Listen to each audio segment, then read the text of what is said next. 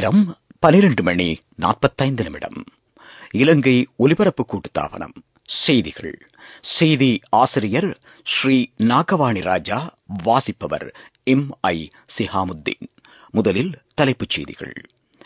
அரச நிர்வாக அதிகாரிகளின் தொழில் பிரச்சினைகளுக்கு விரைவில் தீர்வு காண அரசாங்கம் நடவடிக்கை. ஊழல் அரசியல்வாதிகள் மற்றும் நிர்வாகத்தால் ஸ்ரீலங்கன் ஏர்லைன்ஸ் நஷ்டத்தை சந்தித்ததாக குற்றச்சாட்டு.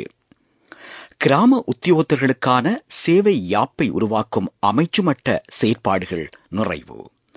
டயானா கமகேக்கு பாராளுமன்றத்தில் அமர்வதற்கான சட்ட ரீதியான தகுதி இல்லை என உச்சநீதிமன்றம் தீர்ப்பு. அனைத்து நாடுகளுடனும் சிறந்த தெளிவான வெளியுறவு கொள்கையை அரசாங்கம் பின்பற்றுவதாக தெரிவிப்பு. உக்ரைன் ஜனாதிபதியை படுகொலை செய்ய சதித்திட்டம் தீட்டிய குற்றச்சாட்டில் 2 கைது. இனி விரிவான செய்திகள். பாராளுமன்றம் இன்று காலை 9:30 கூடியது.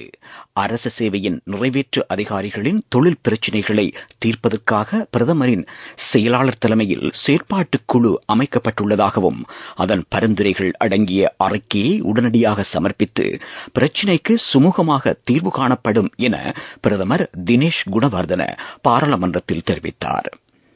பாராளுமன்ற உறுப்பினர் விஜித ஹேரத் வினவிய கேள்விக்கு பதிலளிக்கும் போதே பிரதமர் இதனை தெரிவித்தார். அரசு சேவையின் நிறைவேற்று அதிகாரிகள் ஆற்றிய பணிகள் மற்றும் அவர்களின் கல்வி மற்றும் தொழில் தகுதி குறித்து முறையான மதிப்பீடு செய்யப்பட்டுள்ளது.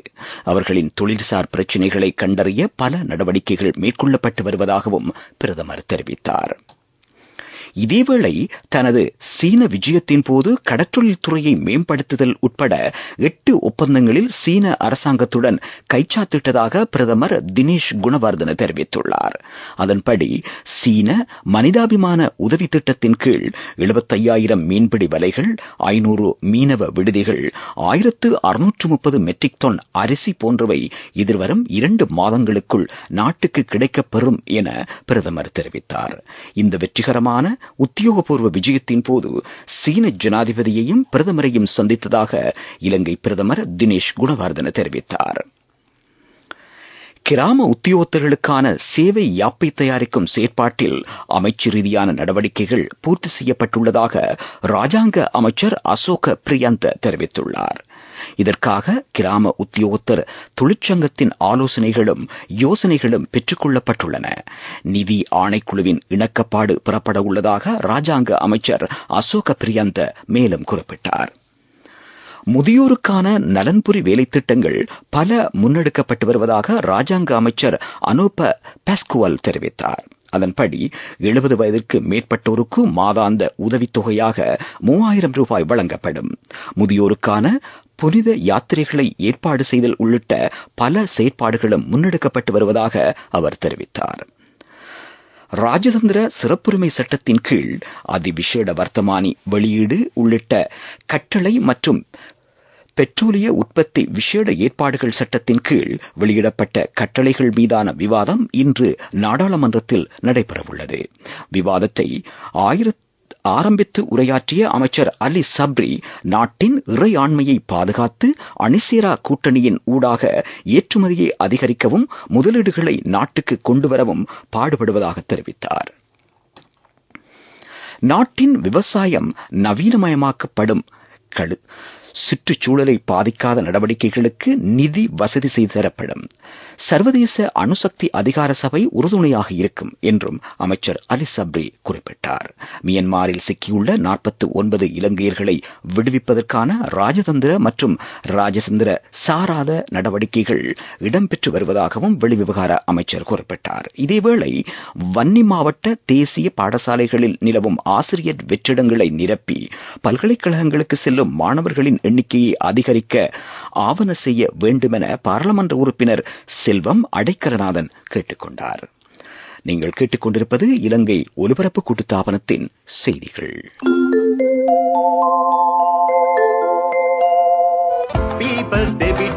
கேஷ் வேணாமே.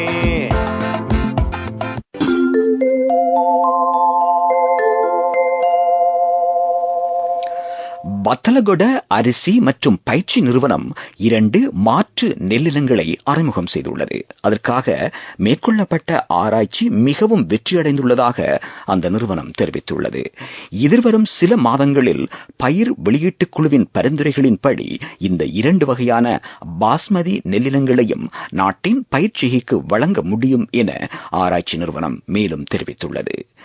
AT306 மற்றும் AT309 ஆகிய 2 நெல்லினங்களே இவ்வாறு அறிமுகப்படுத்தப்பட்டுள்ளன. நாட்டின் தேவைக்கான அரிசி உள்நாட்டிலேயே உற்பத்தி செய்யப்படுகிறது. சுற்றுலா மற்றும் ஹோட்டல்களுக்கு தேவையான பாஸ்மதி அரிசி இந்தியாவிலிருந்தும் பாகிஸ்தானில் இருந்தும் இறக்குமதி செய்யப்படுகிறது. அதற்காக செலவிடப்படும் அந்நிய செலாவணியை சேமிக்கும் வகையில் பாஸ்மதி அரிசியை நாட்டிலேயே உற்பத்தி செய்வதற்கான வேலை திட்டம் செயல்படுத்தப்பட்டு வருகிறது. பீடி கைத்தொழிலை ஒழுங்குபடுத்துவதற்கான வர்த்தமானி அறிவித்தலை உடனடியாக வெளியிடுமாறு நிதி ராஜாங்க அமைச்சர் கலாநிதி ரஞ்சித் சியம்லாபிட்டிய அதிகாரிகளுக்கு பணிப்புரை விடுத்துள்ளார். அதன் மூலம் பீடி தொழில்துறையினரும் அதன் வருமானத்தை எதிர்பார்த்திருக்கும் கலால் திணைக்களமும் எதிர்நோக்கும் பல பிரச்சினைகளுக்கு தீர்வு கிடைக்கும் என ராஜாங்க அமைச்சர் குறிப்பிட்டுள்ளார். பீடி கைத்தொழிலில் தொடர்பில் எழுந்துள்ள சிக்கல்கள் குறித்த விசேட கலந்துரையாடல் ராஜாங்க அமைச்சர் ரஞ்சித் சியம்பலாபிட்டி தலைமையில் நிதி அமைச்சில் இன்று இடம்பெற்றது. இந்த வருடம் ஏப்ரல் மாத இறுதிக்குள் 9 டெங்கு நோயாளர்கள் உயிரிழந்துள்ளதாக தேசிய டெங்கு கட்டுப்பாட்டு பிரிவு தெரிவித்துள்ளது. டெங்கு நோயினால் பாதிக்கப்பட்ட 1547 பேர் வைத்தியசாலைகளில் அனுமதிக்கப்பட்டுள்ளனர். இவர்களில் 232 டெங்கு நோயாளர்கள் ஏப்ரல் மாதத்தில் அடையாளம் காணப்பட்டுள்ளனர். ஏப்ரல் மாத கடைசி வாரத்தில் 72 டெங்கு நோயாளர்கள் பதிவாகியுள்ளதுடன் அவர்களில் 15 பேர் கண்டி மாநகர சபைக்கு உட்பட்ட பகுதியில் அடையாளம் காணப்பட்டுள்ளனர். கண்டி மாநகர சுகாதார வைத்திய அதிகார பிரிவும் டெங்கு அபாயகரமான பிரதேசங்களில் உள்ளடக்கப்பட்டுள்ளதாக கண்டி மாவட்ட சமூக வைத்திய நிபுணர் கிருஷாந்த மசாஸ்வி தெரிவித்துள்ளார். மக்களின் எதிர்பார்ப்புகளை நிறைவேற்றும் வகையில் ஜனாதிபதி தேர்தல் நடத்தப்பட வேண்டும் என அமைச்சர் பிரசன்ன ரணதுங்க தெரிவித்துள்ளார். அரசியல் அமைப்பிற்கு புறம்பாக செயற்படுவது அரசாங்கத்தின் எதிர்பார்ப்பு அல்ல. நாட்டின் பொருளாதாரத்தை மீட்டெடுத்த தற்போதைய ஜனாதிபதி ரணில் விக்ரமசிங்கவுக்கு அதற்கான சந்தர்ப்பங்கள் வழங்கப்பட வேண்டும் என அமைச்சர் தெரிவித்துள்ளார். நாட்டில் உள்ள ஊழல் அரசியல்வாதிகள் மற்றும் நிர்வாகத்தின் தலையீடுகளினாலேயே ஸ்ரீலங்கன் விமான சேவையில் நஷ்டம் ஏற்பட்டுள்ளதாக என பாராளுமன்ற உறுப்பினர் ஹேஷா விதானகே பாராளுமன்றத்தில் பிரதமரிடம் கேள்வி எழுப்பினார். அவ்வாறே ஸ்ரீலங்கன் விமான சேவைக்கு அதிகமானோர் கடந்த வருடம் இணைத்துக் கொள்ளப்பட்டனர். நஷ்டத்தில் இயங்கும் நிறுவனம் ஒன்றிற்கு இவ்வாறு அதிக அளவானோர் இணைத்துக் கொள்ளப்படுவதன் மூலம் அதன் சுமை அதிகரிக்கும் என்றும் அவர் சுட்டிக்காட்டினார். இதற்கு பதிலளித்த பிரதமர் ஸ்ரீலங்கன் விமான சேவையின் மறுசீரமைப்பு நடவடிக்கைகள் தற்போது மேற்கொள்ளப்பட்டு வருவதாக குறிப்பிட்டார். எதிர்காலத்தில் பாரிய முன்னேற்றம் ஏற்படும் எனவும் பிரதமர் தினேஷ் குணவர்தன நம்பிக்கை வெளியிட்டார். இதேவேளை பாராளுமன்ற உறுப்பினர் ஹேஷா விதானகே எழுப்பிய கேள்விக்கு பதிலளித்து உரையாற்றிய விமான போக்குவரத்து துறை அமைச்சர் நிமல் ஸ்ரீபாலடி சில்வா கடந்த வருடம் 474 ஊழியர்கள் ராஜினாமா செய்ததன் காரணமாக 791 ஊழியர்கள் ஸ்ரீலங்கன் ஏர்லைன்ஸ் நிறுவனத்திற்கு இணைத்துக் கொள்ளப்பட்டதாக குறிப்பிட்டார். சிறிய விமான சேவைகளை நடத்தும் போது பல பிரச்சினைகளை எதிர்நோக்க வேண்டியுள்ளதாகவும் அமைச்சர் இதன் போது குறிப்பிட்டுள்ளார். பீப்பிள்ஸ் பேங்க் டெபிட் கார்டு இருக்கும்போது இப்போ கையில கேஷ் வச்சுக்க தேவையில்லை. எல்லா பேமெண்ட்டுக்கும் ஸ்வைப் பண்ணுங்க, டேப் பண்ணுங்க.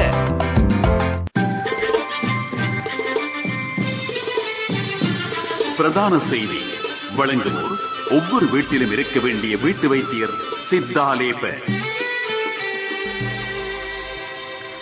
ராஜாங்க அமைச்சர் டயனா கமகே இலங்கையில் பாராளுமன்ற உறுப்பினராக செயற்படுவதற்கு தகுதியற்றவர் என உயர்நீதிமன்றம் இன்று தீர்ப்பளித்துள்ளது.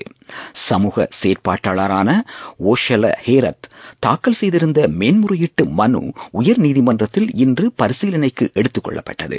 அதன்போது இந்த தீர்ப்பு வழங்கப்பட்டுள்ளது.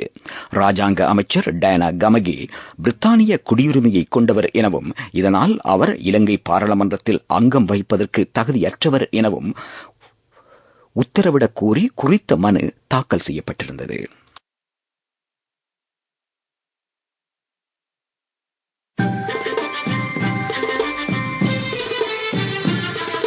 பிரதான செய்தி. வழங்கியோர் ஒவ்வொரு வீட்டிலும் இருக்க வேண்டிய வீட்டு வைத்தியர் சித்தாலேபன். உங்கள் கவனத்திற்கு யாழ்ப்பாண மாநகர சபையின் வரியிருப்பாளர்களின் நன்மை கருதி நாளை காலை 9 மணி முதல் மாலை 3 மணி வரை யாழ்ப்பாணம் வைத்தியசாலை வீதி மற்றும் நவீன சந்தை உட்புற நுழைவாயில் பகுதிகளில் நடமாடும் சேவை நடைபெறவுள்ளதாக யாழ் மாநகர சபை அறிவித்துள்ளது. ஆதன வரி அறிவித்தல்கள், விநியோகத்தல் மற்றும் பெயர் மாற்ற விண்ணப்ப படிவங்கள் வழங்கல், துவிச்சங்கர வண்டி உரிமம் வழங்கல், ஆதன வரி நிலுவைகள், நடப்பாண்டு ஆதன வரி, தண்ணீர் கட்டணம் மற்றும் வியாபார வரி உள்ளிட்ட சேவைகள் வழங்கப்பட உள்ளன. உலகச் செய்திகள்.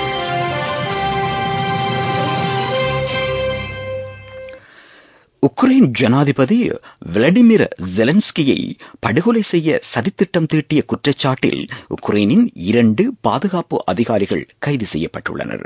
உக்ரைன் அரசாங்கத்தின் பாதுகாப்பு பிரிவில் அங்கம் வகிக்கும் 2 பேர் பணத்தை பெற்றுக்கொண்டு உக்ரைனுக்கு எதிரான ரகசிய நடவடிக்கைகளில் ஈடுபட்ட குற்றச்சாட்டிற்காக கைது செய்யப்பட்டனர். இருவரில் ஒருவர் பயங்கரவாத செயலுக்கு தயாரான குற்றச்சாட்டும் உள்ளது. இவர்களில் ஒருவர் ரஷ்ய பாதுகாப்பு பிரிவினரிடம் இருந்து 2 ஆளில்லா விமானங்களையும் வெடிபொருட்களையும் பெற்றுள்ளார். அவற்றின் மூலம் குண்டு தாக்குதலை நடத்த திட்டமிடப்பட்டுள்ளதாக தெரிவிக்கப்பட்டுள்ளது. ரஷ்ய ஜனாதிபதியாக விளாடிமிர் புட்டின் நேற்று 5வது முறையாகவும் பதவியேற்றார். அவரது 5வது பதவிக்காலம் 2030 வரை நீடிக்கும். பதவியேற்பு விழா கிரெம்லினில் நடைபெற்றது. அதன்போது உக்ரைனில் உள்ள ரஷ்ய ராணுவ வீரர்களுக்கு விளாடிமிர் புட்டின் நன்றி தெரிவித்தார். அனைத்து தடைகளையும் தாண்டி ஒன்றுபட்ட சிறந்த தேசமாக எழுச்சி பெற தாம் முன்வருவதாக அவர் குறிப்பிட்டுள்ளார். அபிவிருத்தி செய்திகள்.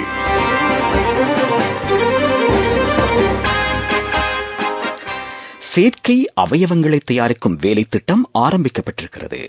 இந்திய உயர் ஸ்தானிகர் ஆலயத்தின் ஒத்துழைப்புடன் இலங்கை ராணுவம் திட்டத்தை முன்னெடுக்கிறது. செயற்கை அவயவங்களை தயாரிக்கும் பயிற்சிகள் ராகம ரணவிரு செவன ராணுவ புனர்வாழ்வு மையத்தில் நடைபெறுகிறது.